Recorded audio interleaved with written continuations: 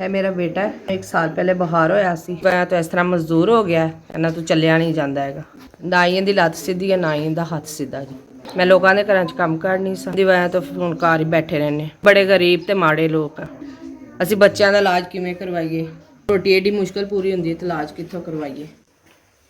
ਇਹ ਅੱਛਾ ਭਲਾ ਸੀ, ਪਹਿਲੇ 1 ਸਾਲ ਤੋਂ ਬੁਖਾਰ ਦੀ ਵਜ੍ਹਾ ਤੋਂ ਇੰਝ ਹੋ ਗਿਆ। ਨਾ ਹੀ ਇਹਦੇ ਤੋਂ ਖੇਡਿਆ ਜਾਂਦਾ ਬੱਚਿਆਂ ਦੇ ਨਾਲ। ਦੁੱਖ ਹੁੰਦਾ ਜਦੋਂ ਇਹ ਬੱਚਿਆਂ ਨਾਲ ਖੇਡ ਨਹੀਂ ਸਕਦਾ ਇਹਨੂੰ ਦੇਖ ਕੇ। ਫਿਰ ਰੋਂਦਾ ਹੈ ਦੇਖ ਕੇ ਕਿ ਬੱਚੇ ਖੇਡਦੇ ਨੇ, ਮੇਰੇ ਤੋਂ ਖੇਲਿਆ ਨਹੀਂ ਜਾ ਰਿਹਾ। ਤੁਹਾਡੇ ਅੱਗੇ ਮਿਹਨਤ ਕਰਨੀ ਹੈ, ਮੇਰੇ ਬੇਟੇ ਵਾਸਤੇ ਮੇਰੀ ਮਦਦ ਕੀਤੀ ਜਾਵੇ। ਇਹ ਵੀ ਤੁਹਾਨੂੰ ਦੁਆਵਾਂ ਦੇਗਾ। ਮੈਂ ਤੁਹਾਡੇ ਅੱਗੇ ਮਿਹਨਤ ਕਰਨੀ ਕਿ ਤੁਸੀਂ ਕੁਛ ਮਦਦ ਕਰੋ। ਬੇਜ਼ੁਬਾਨੀ ਜਦੋਂ ਤੁਹਾਨੂੰ ਦੁਆ ਦੇਗਾ, ਬੜੀਆਂ ਤੁਹਾਨੂੰ ਦੁਆਵਾਂ ਲੱਗਣਗੀਆਂ। ਖੁਦਾ ਨਾਲ ਸਾਡੀ ਮਦਦ ਕਰੋ। 1 2 3 4 5 5000 ਤੇ ਤੁਸੀਂ ਇੰਝ ਹੀ ਗਰੀਬਾਂ ਦੀ ਮਦਦ ਕਰਦੇ ਰਹੋ।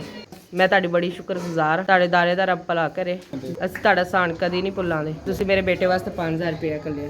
ਦੁਆ ਹੈ ਤੁਹਾਡੇ ਦਾਰੇ ਵਾਸਤੇ, ਇਸ ਤਰ੍ਹਾਂ ਹੀ ਹਮੇਸ਼ਾ ਦਿੰਦਾ ਰਹੇ। ਤੁਸੀਂ ਰੱਬ ਗਰੀਬਾਂ ਦੀ ਮਦਦ ਕਰਦੇ ਰਹੋ। ਤੁਹਾਡੇ ਤੇ ਹਮੇਸ਼ਾ ਰਾਜ਼ੀ ਰਹੇ। ਤੁਹਾਡੇ ਦਾਰੇ ਦਾ ਬਹੁਤ ਸ਼ੁਕਰੀਆ। ਦਾਰੇ ਦੀ ਬੜੀ ਸ਼ੁਕਰੀਆ ਅਦਾ ਕਰਨੀ। ਇਹਨਾਂ ਨੇ 5000 ਰੁਪਏ ਕੱਢਿਆ ਮੇਰੇ ਬੇਟੇ ਵਾਸਤੇ।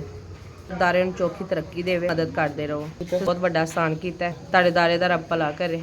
ਗਰੀਬ ਕੋਲ ਦੁਆ ਤੋਂ ਸਿਵਾ ਕੁਛ ਨਹੀਂ ਹੈਗਾ। ਤਾਂ ਕੱਲਿਆ 5000 ਮੇਰੇ ਤੱਕ ਪਹੁੰਚ ਗਿਆ। ਅੱਲਾ ਤੁਹਾਡੇ ਖਜ਼ਾਨੇ ਭਰੀ ਰੱਖੇ। ਇਹ 5000 ਮੈਨੂੰ ਮਿਲ ਗਿਆ, ਮੇਰੇ ਤੱਕ ਪਹੁੰਚ ਗਏ, ਮੈਂ ਵਸੂਲ ਕਰ ਦਿਆ।